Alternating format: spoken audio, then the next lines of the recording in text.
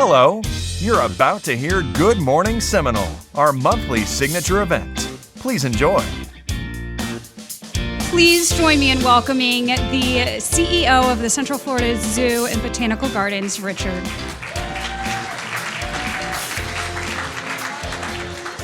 A little bit about the zoo and also talk a little bit about some of the struggles we've had over the last few years through COVID, through the hurricanes last fall, and how we've come out the other side and what we're doing next. So, but before that, and I can't believe I'm the first one to say this today, may the 4th be with you.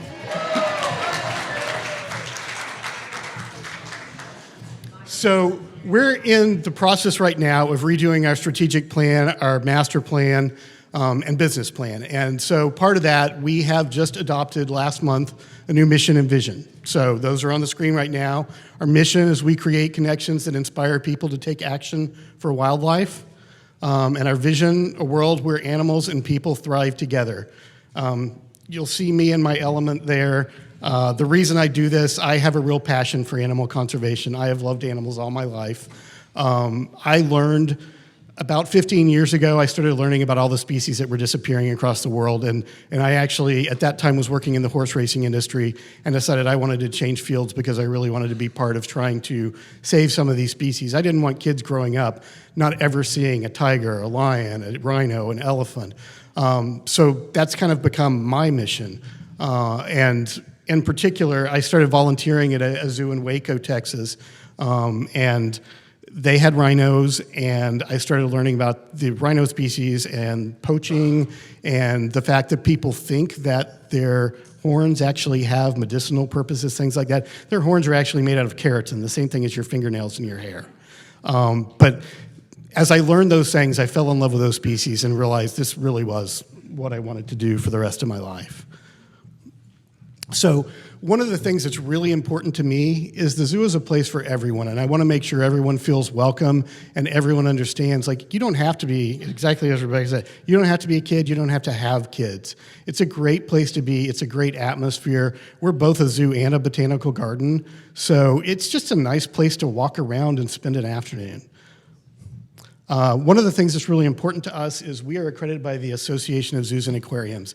The reason that's so important to us, there are over 3,000 different places around this country that are licensed to hold and exhibit animals. The ones that actually hold themselves to the accreditation standards that AZA has, 238. We have been continuously accredited since 1986. So you know when you come to our zoo or any other AZA zoo, the highest level of animal care, the highest level of business standards, all of those things are being observed, and we get reaccredited every 5 years. We have a mid-year cycle, 2.5 years in. So it's a constant process of making sure everything we do is up to the standards they need to be to make sure the animals in our care have everything they need. Also, the Association of Zoos and Aquariums works cooperatively to create breeding populations of a lot of the endangered and vulnerable species, so that if for some reason they need to be replaced in the wild, those are existing in our zoos and aquariums. We're excited that this year officially is our 100th year in Seminole County. So it's, we weren't exactly a zoo in the beginning. We were a few animals in the firehouse, but the first animals were given to the firehouse in 1923. So later this year, we will be doing a celebration of the 100th year. We're really excited to have been in this community that long, and we think that's a really significant milestone. Just recently, a couple of months ago, we were nominated by an independent panel of the USA Today as one of the top 20 zoos in the nation that was voting. We didn't make the top 10, we were hoping to. A few days before the voting ends, they stopped showing where you rank. We were at 15 at that point. But just to have even been chosen by that independent panel as one of the top 20 zoos was a real honor. So we're really proud of that, and we want the community to know, this isn't a zoo that's just a little small community zoo that nobody else cares about. This is a zoo that people realize we're doing good things around the nation. So let's talk a little bit about COVID-19 and the hurricanes. So COVID-19 was obviously hard for us, like it was most of your businesses. We were closed for 2 months. After that, we reopened and we started a fundraising campaign called No Zoo Without You. Over the course of the next year and a half or so, we raised over $2.5 million. Without that, the zoo would have closed. Big shout out to the county, especially the county gave us through the CARES Act money they got, $1.55 million of that $2.5 million we got, and $300,000 from the Tourism Development Council. City of Sanford gave us $25,000, and the rest was all private gifts. We also got a PPP loan. We've done the employee retention credit. We haven't actually gotten that money yet, but that should be coming soon. But it's those kind of things that allowed us to survive. And we've been, from that, we learned we really have to put more money away in our reserves in order to survive something like that going forward. So we really have made a concerted effort to do that. I'm going to show you this video. We were closed for 28 days from Hurricane Ian. It wasn't from the hurricane. The hurricane did some damage on the property in terms of some flooding to buildings, a lot of trees down, a lot of debris, a little bit of damage to a few of the fences, but all the animals were safe, all the people were safe throughout. What really got us was after the hurricane was over, the flooding, all the stormwater coming down from Sanford towards Lake Monroe settles at the front of our property. So what you're going to see is about a minute of video. This is our road in and out of the zoo, our only access road in and out of the zoo during that time. So at this point, the water was over 2 feet standing on the road. So what you're seeing, that vehicle, is actually a lull that we strapped a metal tub to in order to be able to bring deliveries like food, medicine, things like that for the animals in and out.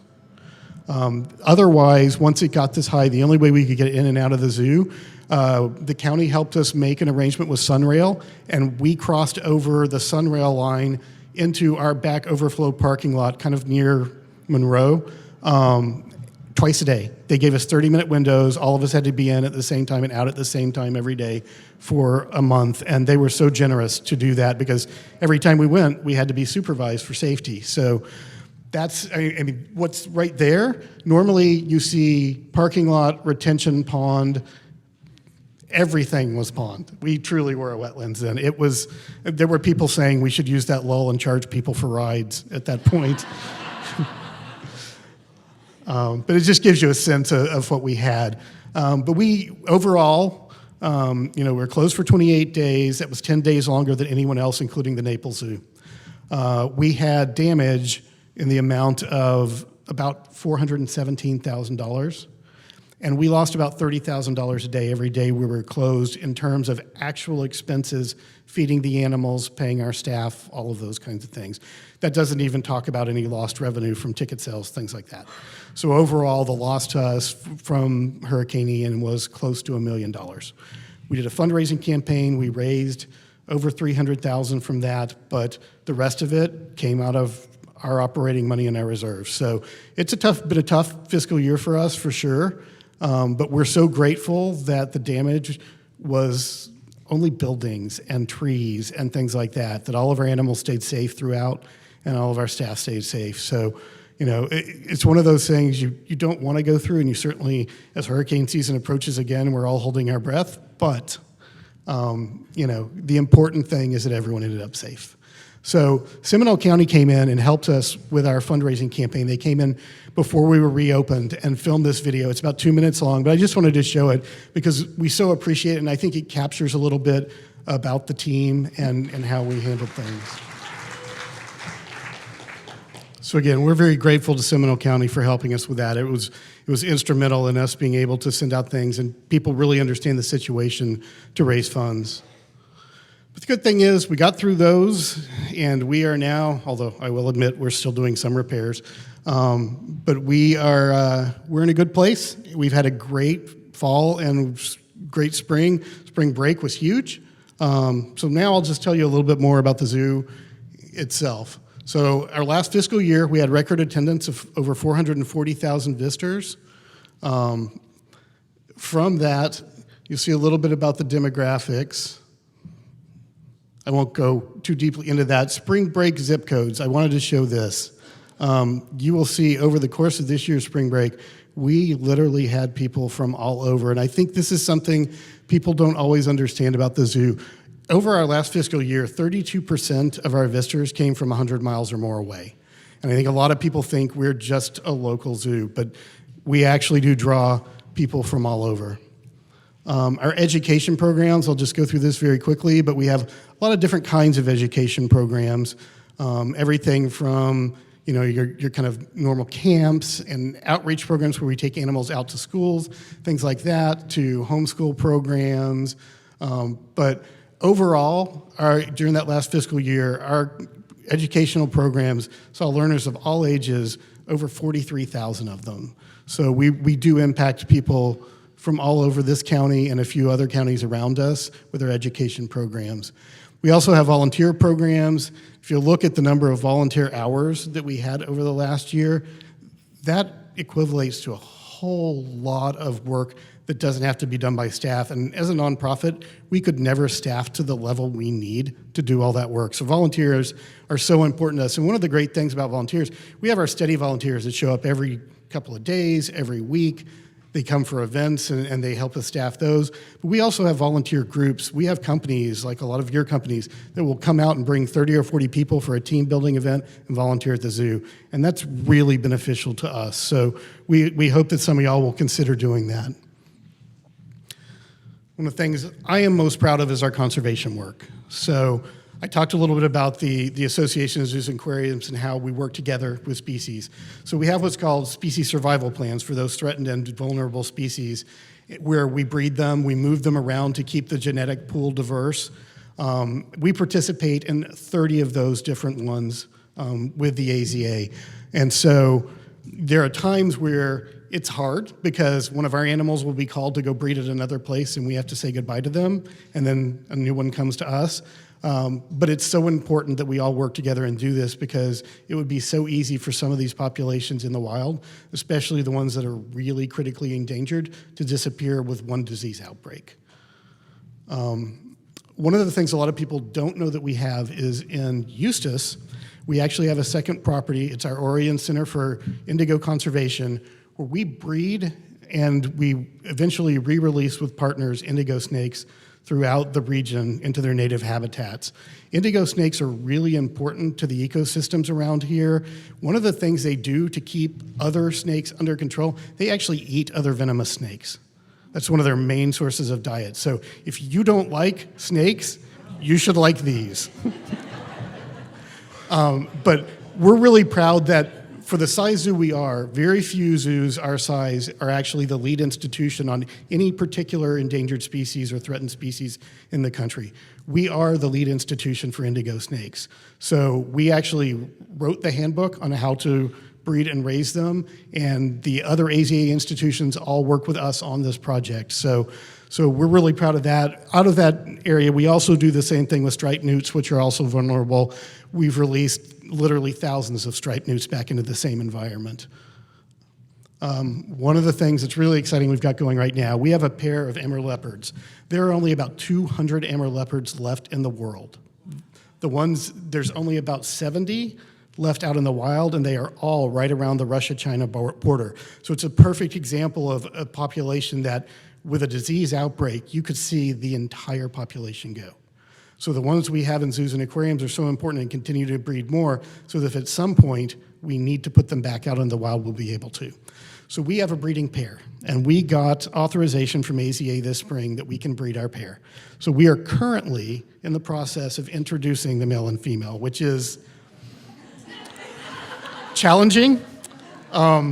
They are, well, I should rephrase it. She is scary. There's just no getting around it. So in a situation like this, and many times with these animals, the female is in charge. And the male takes their cues from the female. She's aggressive. And we've been able to put them physically together once. There was a little tussle. And then we separated them. She was in estrus at that time. She's back out of estrus, but when she goes back into estrus again, we will put them together again and hope this time they breed. He's doing all the right things. He's paying attention. But But it's quite a process. But the other thing we're doing right now, we have them off exhibit in the back area of the zoo to do these introductions in a very controlled environment. And then if we're successful and they breed and she has cubs, number one, it's a huge thing for conservation. And to be able to do that, we're really proud. But number two, we want those cubs to have a little bit of time when they're born, somewhere in the back, safe and quiet, so they can get strong enough that then we can put them out in front of the public. We are also in the process we're about to start construction on that exhibit that already exists. We're expanding it, and it's going to be a lot bigger, so it'll be able to house all of them together. So we're excited about that. That should be finished somewhere probably early fall. And we hope by then we have cubs and we're able to put them almost immediately in there. But we're really excited about this project because how often, number one, do you get to see animals that there are only 200 of left in the world, but to be able to be part of trying to bring that species back, that's really, it's for the team really inspirational and really exciting. No question, it's one of the things we all are, on pins and needles going, please, please, please let this work. So, we have a lot of events at the zoo, and Rebecca was talking about events you can walk around and drink. Well, one of our biggest fundraisers of the year is Brews Around the Zoo. It's the second Saturday of every April. We just had it a few weeks ago, and it was sold out. We have over 30 stations with beer sampling, beer, wine, seltzer sampling. We have live music. We have lots of food options, but it's a great night and something that, the zoo is open. You get to go through and you get to see all the animals that want to be out. That's one of the things we do with our evening events. We don't put our animals away. What we do is we give them choice. So their night areas, if they want to go in them, they can. If they don't, they stay out. One of the things that fascinated us last fall with our Asian Lantern Festival, our two cheetahs stayed out every night. They were really interested in what was going on. Our warthogs, on the other hand, are a little skittish, and they did not come out once. But then at Brews, they were out the whole time. So who knows? And our greater one-horned rhino, PJ, loves the attention. He loves a crowd. So he loves when we have evening events. He actually shows off, runs around, and has a good time. But usually the problem with that is the next morning, he doesn't want to come out of the barn because he's tired. So our Asian Lantern Festival is our most successful evening event. We saw a record almost 93,000 people over 41 nights this last November through January. We'll be doing it again mid-November through mid-January. One of the things I want to tell this group, we have lots of sponsorship opportunities related to this. Every single display has a sponsorship opportunity in addition to the music and other things. So it's great. It has now become the biggest, most well-attended thing in Seminole County over the holidays. And we're really proud of that. The year before, thank you.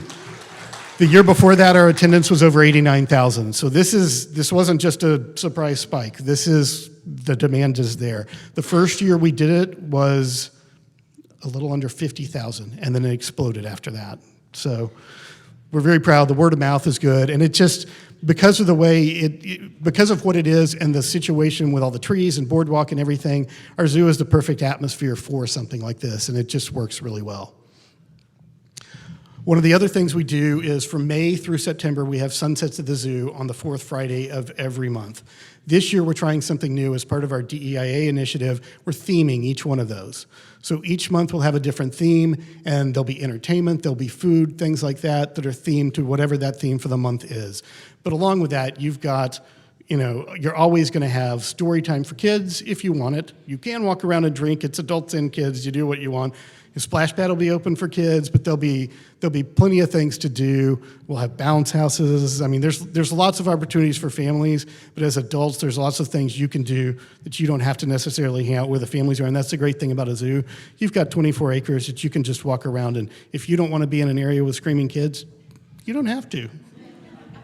And again, the animals are out. So they happen from 5 o'clock until a little after whenever sunset is, so usually somewhere around 8 o'clock. One of the nice things we're really proud of about these events is they're at a really low price point. So, normally our tickets are around $22 for an adult. For these, it's $8, and if you buy your tickets online, it's 6. So this is the kinds of events where we're trying to create accessibility for more of the community that may not be able to come at other times. So if you know people that might struggle to come at other times and afford the zoo, please tell them about these events. This is an opportunity we can do that. As a nonprofit, we obviously can't discount things like that all the time. But this is an opportunity we can, and we'd really like to have as many people as want to come to these. Other things we have, and you'll see the Stormtrooper again, we have our our Zoo Boo Bash for Halloween. That'll be 3 weekends this October. We have our Hippity Hop for Easter. We have Veterans Day at the zoo. And then we have different conservation days across the year. Everything from Endangered Species Day to days that highlight a very specific animal. But on those days, we have extra activities, extra talks with the animals and the keepers, things like that. But these are great days to come out and just learn a little bit more about the animals. And then we do private events. We do a lot of private events. Everything from your weddings to family reunions, birthdays, all those kinds of things. We do corporate events, including with our Seminole Area Adventures. We have zipline course and challenges that can be used as team building. So lots of options there for groups of all sizes. As far as what's coming up for the zoo, as I said, we're currently in strategic planning. We plan to wrap up that process probably by the end of June. At which point we'll have a pretty good idea where we're going over the next 20 years. And that's obviously somewhat of a living plan that'll change along with economic factors and things around as we go through the time. But it gives us road marks to where to go. And it gives us the opportunity to be able to show people, look, we're going to expand, we're going to be bringing more things, and give you some idea of what the timeline of some of those are going to be. We'll continue to make improvements to the current facility. So one of the things we've been doing over the last couple of years is replacing a lot of our boardwalks. A lot of our boardwalks have gotten old, replacing it with composite that'll last longer. But we're doing a lot of work around the zoo, just trying to make things, as comfortable and as accessible for guests as we can. The other thing is the train is finally coming back. We have a new train. It was so close to being back before the hurricane, and then the hurricane did all kinds of damage to the tracks and the crossing yards. So we've spent months fixing those. We've gone through 2 of the 3 inspections. We have a state inspection left to go, and if everything goes well, it should be open by Memorial Day weekend. And then the last thing I want to leave you with, so I told you our rhino, PJ, loves a crowd. This is actually a short video of him at our brews at the zoo because he had his zoomies. So we went into that back area, and that area typically, it's another yard he could use, but he literally only uses that for a bathroom. He came back out, he waited for the crowd to make noise, and they didn't. He threw up his head, and then when the crowd made noise, he started running again. Gives you a little idea of his personality. Thank y'all so much for the time today. I don't know if we have time for questions. Yeah, we can take 2 questions real quick. And Emmeline will bring the mic because remember, this is being recorded, so speak into the mic with your question.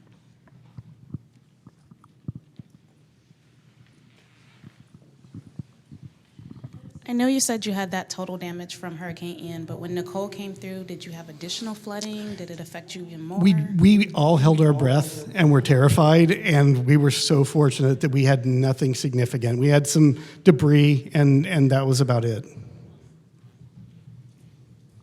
you have any other questions? You have a question.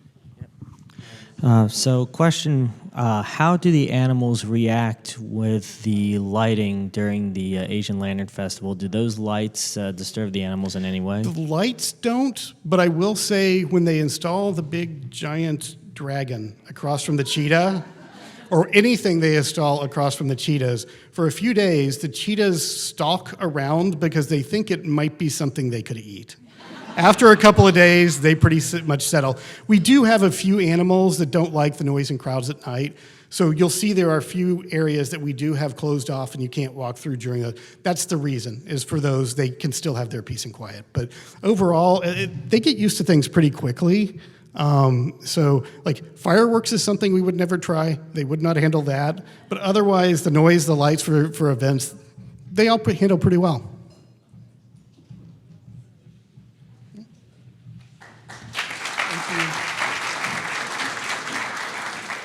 Thank you so much, Richard. And another fun fact about PJ is he can paint. I have a custom painting from PJ. That was one of the COVID fundraisers they did, so that's pretty cool. I think they have them in the gift shop.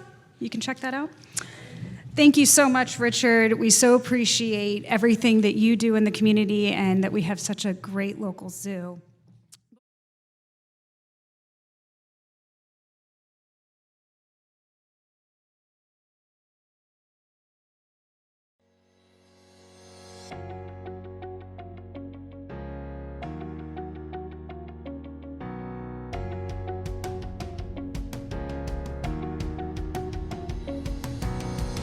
Thanks for listening.